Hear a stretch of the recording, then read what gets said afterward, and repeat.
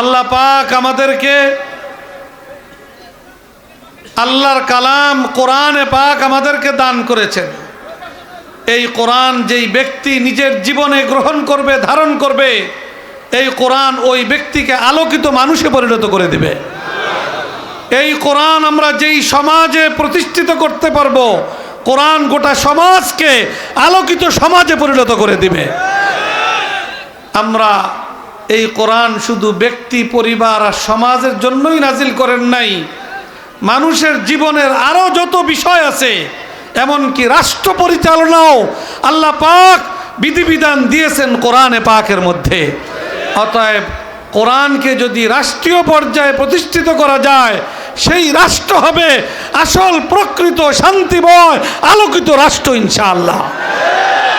সুযোগ আসছে আমাদের রাষ্ট্রকে কোরআনী আদর্শে গড়ে তুলবার। এই সুযোগকে আমরা কাজে লাগানোর জন্য প্রস্তুত আছি। আল্লাহ পাক আমাদেরকে তৌফিক দান করুন। আল্লাহর কোরআনের মধ্যে আল্লাহ তাআলা ঘোষণা করেছেন, কিতাবুন আনজালনাহু ইলাইকা লিতুখরিজান নাসা মিনাজ যুলুমাতি ইলান নূর। আল্লাহ পাক বলেন, হে নবী, আমি আপনার কাছে কোরআন পাঠিয়েছি যাতে করে কোরআনের মাধ্যমে আপনি গোটা মানব জাতিকে গুমরাহির অন্ধকার থেকে হেদায়েতের আলোর দিকে আপনি পরিচালিত করতে পারেন। আলহামদুলিল্লাহ, এই কোরআনী শিক্ষাকে আমাদের সমাজে বিস্তৃত করার জন্য, কোরআনকে, সমাজকে কোরআনী শিক্ষার দ্বারা সাজানোর জন্য, গোছানোর জন্য এই সকল কোরআনী প্রতিষ্ঠান, এই সকল দ্বীনী প্রতিষ্ঠান নির্লসভাবে কাজ করে যাচ্ছে। ওই প্রতিষ্ঠান সমূহের মধ্যেই একটি উল্লেখযোগ্য প্রতিষ্ঠান, যেটা আপনাদের এই এলাকায় প্রতিষ্ঠিত, আপনাদের দোয়া এবং সহযোগিতায় প্রতিষ্ঠিত হয়ে আজকে এক যুগ আলহামদুলিল্লাহ সুষ্ঠু সুন্দরভাবে পরিচালিত হয়ে আজকের অবস্থানে উপনীত হয়েছে। অতএব আমরা এই কোরআনী প্রতিষ্ঠানকে আমরা সর্বাত্মকভাবে আমরা এগিয়ে নেওয়ার জন্য আরও জোরালোভাবে আমরা প্রত্যেকেই ভূমিকা রাখবো ইনশাআল্লাহ। এই কোরআন আমাদেরকে আলোর পথ দেখায়, হেদায়েতের পথ দেখায়, নূরের পথ দেখায়, শান্তির পথ দেখায়, সফলতার পথ দেখায় এবং দুর্নীতিমুক্ত, সন্ত্রাসমুক্ত, প্রকৃত শান্তিময় দেশ গড়ার রাস্তা আমাদেরকে কোরআন দেখায়। অতএব আমাদেরকে কোরআনের সেই মূল মর্মবাড়ি, অনেকে মনে করে কোরআন এটা একটা ধর্মীয় কিতাব, বাস এটা মাদ্রাসা মসজিদের মধ্যেই থাকবে। আল্লাহ পাক কি শুধু মাদ্রাসা মসজিদের জন্য কোরআন নাজিল করেছেন? না, এই কোরআন দ্বারা সংসদ পরিচালিত হবে, বঙ্গভবন পরিচালিত হবে, সব জায়গায় কোরআন দ্বারা যখন আমরা পরিচালনা করতে পারবো, তখন আমরা প্রকৃত শান্তি আমরা ইনশাআল্লাহ সর্বত্র বিরাজমান দেখতে পারবো ইনশাআল্লাহ। আল্লাহ পাক আমাদের সকলকে তৌফিক দান করুন। আমরা আমাদের প্রত্যেকটা মানুষ কোরআনের দ্বারা উপকৃত হওয়ার বিভিন্নভাবে সুযোগ আল্লাহ তাআলা আমাদেরকে দান করেছেন। কোরআন তেলাওয়াত করব তো প্রতি হরফে আল্লাহ তাআলা কমপক্ষে 10 নেকি দান করবেন। সন্তানদেরকে কোরআনের হাফেজ বানাইব তা আল্লাহ তাআলা হাফেজ কোরআনের উসিলায় কিয়ামতের দিন কোটি কোটি মানুষের সামনে আমি বাবা হিসাবে আমাকে আল্লাহ তাআলা নূরের মুকুট পরিয়ে আমাকে সম্মানিত করবেন। আবার আমার দ্বারা যদি কোনো নাফরমানি হয়ে যায়, গুনাহ হয়ে যায়, ত্রুটি হয়ে যায়, নিজেকে সেই ত্রুটি থেকে আবার পাক পবিত্র করার মাধ্যম হিসাবেও আল্লাহ পাক আমাদেরকে কোরআনকে ব্যবহার করার সুযোগ আমাদেরকে দান করেছেন। আল্লাহ রসুল হাদিসের মধ্যে বলেছেন, ইন্না হাযিহিল কুলুব তাসদাউ কামা ইয়াসদাউল হাদিদ ইদা আসাবাহুল মা। লোহার মধ্যে যদি পানি লাগে তাহলে লোহার মধ্যে কি ধরে? জং ধরে। জং যদি পরিষ্কার না করা হয় তাহলে জংয়ে লোহা কি করে ফেলায়? খায়া ফেলায়, নষ্ট করে ফেলায়। তাহলে জং ধরলে দ্রুত ওই লোহা দ্বারা যদি উপকৃত হইতে হয়, ওই লোহাটাকে যদি বাঁচাইতে হয়, তাহলে তাড়াতাড়ি কি করতে হয়? জং পরিষ্কার করতে হয়। লোহায় পানি লাগলে যেরকম জং ধরে, মানুষের দিলের মধ্যেও আল্লাহ রসুল বলতেছেন জং ধরে। দিলের জং পানির দ্বারা ধরে না। অন্য হাদিসের দ্বারা বোঝা যায় যে মানুষের দ্বারা যখন নাফরমানি হয়ে যায়, আল্লাহর হুকুমের বিরুদ্ধাচরণ হয়ে যায়, তখন দিলের মধ্যে জং পড়ে। তো সাহাবায়ে কেরাম আল্লাহ রসুলের কাছে জিজ্ঞেস করছেন যে ইয়া রাসূল আল্লাহ, লোহার জং দূর করার পদ্ধতি তো আমাদের জানা আছে, কিন্তু দিলের জং দূর করার পদ্ধতি তো আমাদের জানা নাই। আমাদের দিলের মধ্যে যদি জং পড়ে, সেই জং আমরা কিসের দ্বারা দূর করব? রসুল পাক সাল্লাল্লাহু আলাইহি ওয়াসাল্লাম দুইটা মাধ্যম আল্লাহ রসুল আমাদেরকে বাতাইছেন। সাহাবায়ে কেরামকে জবাবে বলেছেন, কাসরাতু যিকরিল মাউত ওয়া তিলাওয়াতুল কোরআন। গুনাহের দ্বারা যদি কারো দিলের মধ্যে জং পড়ে যায়, তাইলে দুইটা আমল আছে, যে আমল করলে সওয়াবও হবে, ফায়দাও আছে আর অনেক।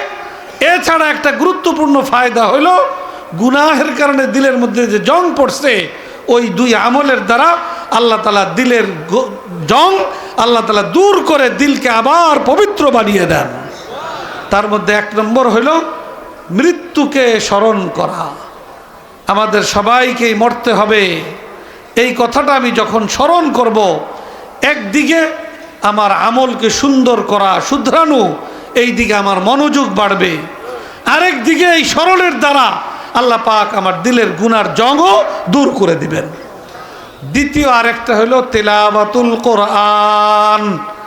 কোরআন শরীফ যদি তেলাওয়াত করা হয়, একদিকে প্রতি হরফে আল্লাহ তাআলা 10 নেকি দান করবেন, আরেক দিকে কোরআনের তেলাওয়াতের মাধ্যমে গুনাহের দ্বারা দিলের মধ্যে যে জং পড়ছে, সেই জং আল্লাহ তাআলা দূর করে দিবেন। অতএব আমাদের এই সমাজটাকে যদি পাপ মুক্ত পবিত্র সমাজ মানাতে হয়, একদিকে কোরআন এই সমাজে ব্যাপকভাবে সর্বত্র এটাকে ছড়িয়ে দেওয়া, সর্বত্র কোরআনের বিধানকে জারি করা, বাস্তবায়ন করা, আরেকদিকে কোরআনের তেলাওয়াত গোটা মুসলিম জাতির মধ্যে ব্যাপক থেকে ব্যাপকতর করার উদ্যোগ গ্রহণ করা, এটা আমাদের জন্য জরুরি। তেলাওয়াত করতে হলে, কোরআন পড়তে হলে আগে তো পারতে হবে নাকি?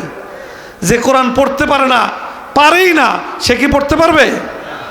এই সমাজে আমাদের অনেক নামধারী মুসলমান আছে, যারা নিজেদেরকে মুসলমান বলে দাবি করে, কিন্তু আল্লাহর কালাম কোরআনটা পড়তেও পারে না।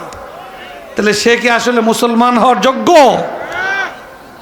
যোগ্যতা অর্জন করতে হলে 1 নম্বর শর্ত হলো আল্লাহর কালাম কোরআনে পাকের সাথে আমার সম্পর্ক জুড়তে হবে, আর নাইলে আমি প্রকৃত মুসলমান হিসাবে আল্লাহর কাছে স্বীকৃতি পাওয়ার যোগ্য হব না।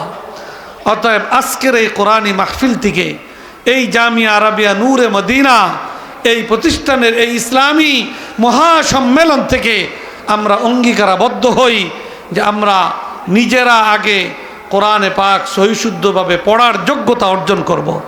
নিয়মিত আল্লাহর কোরআন তেলাওয়াতের মাধ্যমে আল্লাহর রহমতের ভাগীদার হব। কোনো ত্রুটি বিচ্যুতি হয়ে গেলে কোরআন তেলাওয়াতের মাধ্যমে আমার দিলকে পাক পবিত্র বানাবো। আর পাশাপাশি কোরআন শুধু পড়ার জন্য নয়, কোরআনের বিধান জীবনের সর্বত্র বাস্তবায়নের মাধ্যমে প্রকৃত আল্লাহর বান্দা হিসাবে নিজেকে চালানো, পরিবার, সমাজ, রাষ্ট্রকে পরিচালনা করা, এই জন্য আল্লাহ পাক কোরআন দিয়েছেন। অতএব এই সবটার জন্য আমরা প্রস্তুত হই। আল্লাহ তাআলা সুযোগ যতটুকু দিয়েছেন, সেই সুযোগকে কাজে লাগিয়ে কোরআনের এই যেই মর্ম, এটাকে আমরা এগিয়ে নেওয়ার জন্য সবাই ইনশাআল্লাহ অঙ্গীকারাবদ্ধ হই। কি বলেন ইনশাআল্লাহ? সকলে রাজি আছি তো ইনশাআল্লাহ? আল্লাহ পাক আমাদের সকলকে তৌফিক দান করুন।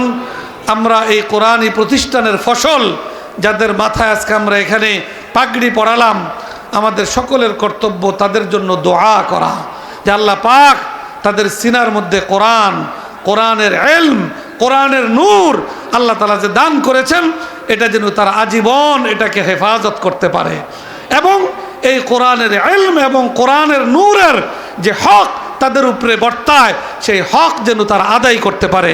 কোরআনের পথ থেকে কোরআন হাসিল করার পর যেন কেউ যেন বিচ্যুত না হয়।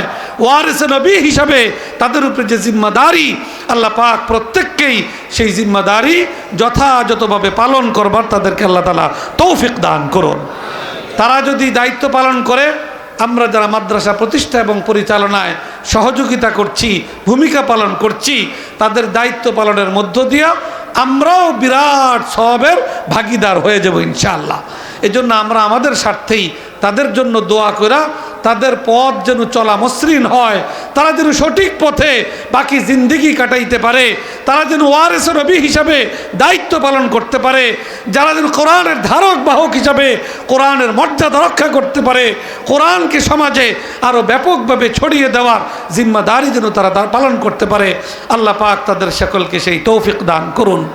আমি আমার আলোচনা আর দীর্ঘায়ু না করে আপনাদের সকলের কাছে দোয়া চেয়ে এবং এই জামিয়া আরাবিয়া নূরে মদিনার উত্তর উন্নতি এবং তারাক্কি কামনা করে এই প্রতিষ্ঠানের যে মূল কাণ্ডারি মাওলানা ফারুক আহমদ, তার সে যেন আরও উদ্যমে আরও ভালোভাবে এই প্রতিষ্ঠানকে আরও এগিয়ে নিতে পারে, আমরা সকলে মিলে তার জন্য দোয়াও করব, সাহসও যোগাবো, সহযোগিতাও করবো ইনশাআল্লাহ।